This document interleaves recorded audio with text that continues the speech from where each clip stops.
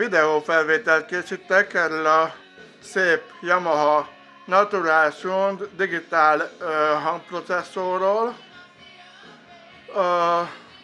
Erősítő hangprocesszor, a pontos típusa DSP-E 1000.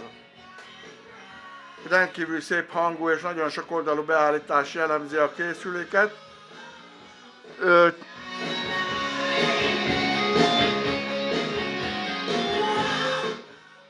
Lehalkítom, mert az ismert és védett zenanyag tartalom miatt letiltja a YouTube a hangot. Sajnos 2019. augusztusa óta nagyon szigorúan veszi a védett zenanyag tartalmat, és már nagyon sok videómat leblokkolt, vagy pedig csak a hangot egy-egybe letörölte. Ugye, szóval akkor hiába illusztrálom a készüléket. Mutatom, hogy milyen beállítási lehetőségek vannak. Minden beállításnál természetesen más hangzás jön. De hát ezt a kamera mikrofonja úgyse tudná visszaadni úgy, ahogy kell. Ezt annyit tudok mondani, hogy a természetes hangzás hűsége a Yamaháé.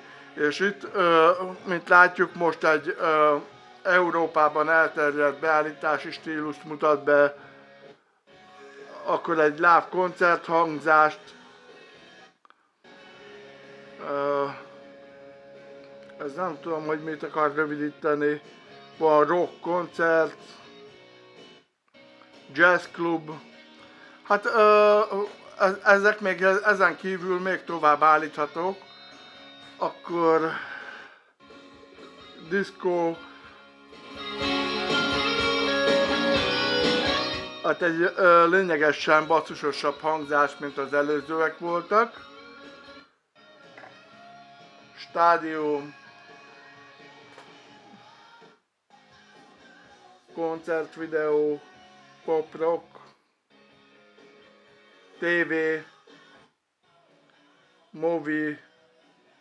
Rengeteg beállítás van, nem is mutatom tovább, felesleges.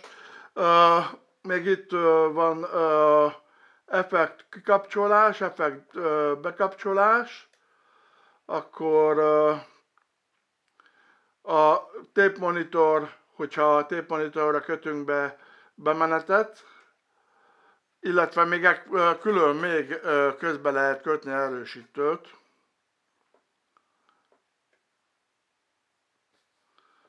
Hát ennyit tud a készülék, sajnos távirányítóm nincsen hozzá, de minden funkciója elérhető itt az előlapján.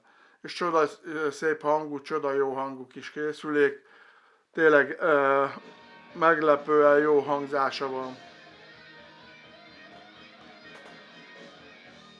Láthatod az állapotát is, videón is bemutatom. Megpróbálok rázumolni közelebbről. Ebben az állapotban fogod megkapni.